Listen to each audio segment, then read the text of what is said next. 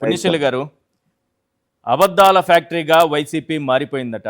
విషనాగుల్లా బుసలు కొడుతున్నారట. జగన్మోహన్ రెడ్డి గారి ప్రెస్ మీట్లో ఆయన లేవనెత్తినటువంటి ప్రశ్నలకు సమాధానం చెప్పకుండా ఎవరో ఎక్కడో బయట వేరే పార్టీకి సంబంధించినటువంటి అధ్యక్షుడు ఒక యూట్యూబ్ ఛానల్లో ఆయన ఏదో మాట్లాడితే దాన్ని తీసుకొచ్చి వైసీపీకి పులిమేటటువంటి ఒక కుట్ర ఇది చాలా పద్ధతిగా చేసుకుని వస్తున్నారు. ఏం చెప్తారు సార్? ఎప్పుడు ఉన్నదే కదా సార్. ఎవరు విషనాగు? అసలు ఆ విషనాగు అనే క్యాప్షన్ కి బ్రాండ్ అంబాసిడర్ గా పూతుకిట్టుని పర్ఫెక్ట్ గా పెట్టచ్చు. ఎందుకంటే చంద్రబాబు నాయుడికి ఎప్పుడు కష్టం వస్తే అప్పుడు శేషావతారం ఎత్తుతాడు. 1000 పడగలు అంటారు చూసారా, ఆ అవతారం ఎత్తుతాడు అనమాట. ఆ అవతారం ఎత్తి అసలు చేతికొచ్చింది రాస్తాడు, నోటుకొచ్చింది ప్రింట్ చేయిస్తాడు. తన ఇష్టం అన్నమాట. ఇంకా నీతి నిజాయితీ ఉన్న వాళ్ళైతే ఇప్పుడు కిరణ్ గారు చాలా ఆయన యొక్క మనోవేదన్ని బయట పెడుతున్నాడు. వాళ్ళు అడుగుతున్న క్వశ్చన్స్ అన్నిటికీ కూడా మరి గవర్నమెంట్ సమాధానం చెప్పాలి కదా. ఎక్కడ సమాధానం చెప్పడానికి ఉంది సార్? నీతిగా నిజాయితీగా వీళ్ళు చేశాము అని గనక చెప్తే మరి ఇప్పుడు ఆయన అడిగారు కదా, ఒక్క 10 మందిని మీరు ఎన్నిక చేసుకున్న వాళ్ళని మా ముందు నుంచోబెట్టండి, మేము వస్తాం, సేమ్ క్వశ్చన్స్ మమ్మల్ని వేయండి, వాళ్ళని వేయండి మా ఎదురుగుండా, ఎవరు పర్ఫెక్ట్ గా సమాధానం చెప్తారు, ఎవరు క్వాలిఫైడ్ అనేది మీకు తెలిసిపోతుంది కదా అని చెప్పని వాళ్ళు అడుగుతున్నటువంటి చిన్న క్వశ్చన్ కి మరి ఈ ప్రభుత్వం సమాధానం చెప్పలేకపోతుందా అని మేము అడుగుతా ఉన్నాం సార్.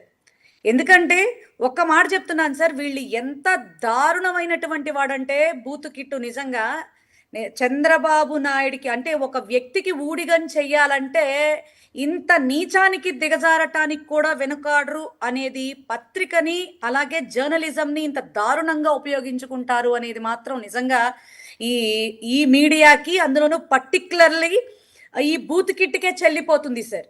రాష్ట్రంలో డిఎస్సికి సంబంధించి అన్యాయం జరిగిందని ఎంతో మంది ఉద్యోగులు కన్నీళ్లు పెట్టుకుంటూ జగన్మోహన్ రెడ్డి గారు, ఇప్పుడు ఆయన అన్నారు, జగన్మోహన్ రెడ్డి గారు మమ్మల్ని ఏం పిలవలేదండి, మేము అప్రోచ్ అయితేనే ఆయన మాకు అవకాశం ఇచ్చారు అని. వీళ్ళందరూ మొదట లోకేష్ గారినే కలవడానికే వెళ్ళారు, చాలా ప్రయత్నాలు చేశారు, కనీసం దగ్గరకు కూడా రానివ్వలేదు. వారే చెప్తున్నారు. ఇప్పుడు కిరణ్ గారు చెప్తుంది కూడా అదే కదా. ఫస్ట్ మేము గవర్నమెంట్ నే మేము అప్రోచ్ అవటానికి మేము వెళ్ళాలని చూస్తే కనీసం మమ్మల్ని గమనించి మేము వస్తున్నామని తెలిసి కనీసం మమ్మల్ని దగ్గరకు కూడా రానివ్వటానికి కూడా మాకు అవకాశం కల్పించలేదు. కానీ మా బాధ జగన్మోహన్ రెడ్డి గారికైనా కనీసం చెప్పుకోగలిగితే ఆయన భవిష్యత్తులో ఇలాంటివి తప్పు జరగకుండా మాకు న్యాయం జరగడానికి ఏదో ఒక అవకాశాన్ని క్రియేట్ చేస్తారు అన్న నమ్మకంతో వాళ్ళ లోకల్ నాయకులతో అప్పుడు కూడా టైం పట్టిందండి. జగన్ గారు ఏమి మమ్మల్ని వెంటనే మమ్మల్ని ఏమీ పిలవలేదు, ఇలాంటి దరిద్రపు న్యూస్లన్నీ బయటకు తీసుకొస్తారనే అని చెప్పని కూడా చెప్పారు. లాస్ట్ కి మా బాధ ఆయన చూడలేక అవకాశం ఇచ్చి మమ్మల్ని పిలుచుకుంటే ఇదిగో ఈ రకంగా మాట్లాడుతోంది సార్. నిజంగా ఈ ప్రభుత్వానికంటూ నిజంగా చిత్తశుద్ధి అనేది లేదు. అసలు అమలు చేస్తున్నారు ఇక్కడ 2 స్ట్రాటజీలు అమలు అవుతున్నాయి. ఒకటేమో అభ్యర్థుల్ని ట్రోలింగ్ అన్నా చేయాలి, ఇబ్బంది పెట్టాలి, వాళ్ళపైన సోషల్ మీడియాలో ఏదో ఒక రకంగా తప్పుడు వార్తలు లేదంటే ఫేక్ వార్తలు వాళ్ళ మీద స్ప్రెడ్ చేయాలి, ట్రోల్ చేసి ఇబ్బంది పెట్టాలి. లేదా జగన్మోహన్ రెడ్డిని కలిశారు కాబట్టి మీరు సైలెంట్ అవ్వండి, మీకు ఏదో ఒక రకంగా మేము న్యాయం చేస్తాం, మీరు సైలెంట్ అయిపోండి. ఈ 2 స్ట్రాటజీలు అమలు చేస్తున్నారు. ఏ రకంగా న్యాయం చేస్తారు సార్? నాకు అర్థం కాదు. ఏ రకంగా న్యాయం చేస్తారు? గవర్నమెంట్ మా చేతిలో ఉంది కదా, మీరు సైలెంట్ గా ఉండండి, మేము ఏదో ఒకటి చేస్తాం. అది సైలెంట్ గా ఉంటే ఏం చేస్తారనేది దాని మీద క్లారిఫికేషన్ అనేది ఈ రోజు డిఎస్సి ఉద్యోగులకి కావాల్సినటువంటి పరిస్థితి. నువ్వు అధికారంలోకి రావడానికి మేనిఫెస్టోలో మరి సంవత్సరానికి 4 లక్షల ఉద్యోగాలు ఇస్తాను అని చెప్పావు. 2 ఏళ్ల కాలం ముగిసిపోయింది. 8 లక్షల ఉద్యోగాల పరిస్థితి అటకెక్కేసింది. మరి ఖాళీలు ఉన్నటువంటి డిఎస్సి ఉద్యోగాల్లో సార్ మీరు చూస్తే 16,000 ఉద్యోగాల్లో 6,100 ఉద్యోగం మన జగన్మోహన్ రెడ్డి గారి టైంలో, అంటే మా ప్రభుత్వ టైంలో దిగిపోయే ముందు అనౌన్స్ చేసినటువంటివే సార్. అవును. సో అప్పుడు కోడ్ రావటం వల్ల ఆగిపోయినటువంటి పరిస్థితే తప్ప దాన్ని ఆ 6,100 వీళ్ళు రావడంతోనే గనక ఇచ్చుండుంటే గనక ఆ క్రెడిబిలిటీ మొత్తం జగన్మోహన్ రెడ్డి గారికే వెళ్ళిపోతుందని హ్మ్. దుర్మార్గానికి పరాకాష్ఠగా ఉండేటటువంటి వాళ్ళు కాకపోతే సార్ వీళ్ళు ఆపేయడం వల్ల ఎంతమంది బాధపడ్డారు సార్ ఈ రోజున. అవును. నాకు తెలిసి వయసు పరంగా కూడా ఎలిజిబిలిటీ పోగొట్టుకుని ఉండుంటారు కదా ఈ 2 ఏళ్లలో. హ్మ్. మరి ఇది ఎంత దారుణమైనటువంటి విషయం సార్. పైగా విష నాగులా ఆ! ఇలాంటి వాటిని క్వశ్చన్ చేసినటువంటి వాళ్ళు పేటిఎంసా. మరి ఈ డప్పు కొట్టే ఛానల్స్ ని, ఈ విష ఛానల్స్ ని ఏం మాట్లాడాలి సార్? ఈ బూతు కిట్టుగాడిని ఏం మాట్లాడాలి అనకూడదు కానీ ఏం మాట్లాడాలి సార్? అసలు ఏదైనా ప్రశ్నించడం పాపం. హ్మ్. జగన్మోహన్ రెడ్డి గారు ప్రశ్నించినా, వారి సైన్యంగా మేం ప్రశ్నించినా, లేదా బాధితులు ప్రశ్నించినా అసలు ఎంత దారుణంగా ట్రోల్స్ చేస్తారో ఐటీడీపీని ఒక దాన్ని పెట్టుకుని అడ్డంగా అవును. అసలు ప్రతి ఒక్కళ్ళని క్యారెక్టర్ అసాసినేషన్ చేయడాలు, ప్రతి ఒక్కళ్ళని కూడా మానసికంగా ఇబ్బంది పెట్టడాలు, లేకపోతే కేసులు పెట్టి వాళ్ళని బొక్కలోకి తోస్తామని బెదిరించడాలు హ్మ్.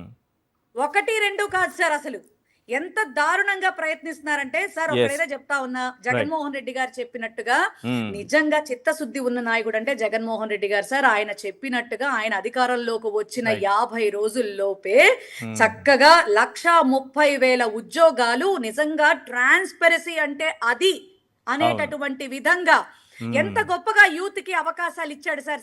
సెక్రటేరియట్ అనేటటువంటి ఒక వ్యవస్థని క్రియేట్ చేసి 40 ఏళ్ల ఇండస్ట్రీ అని చెప్పుకుంటావు, సిగ్గుపడాలి.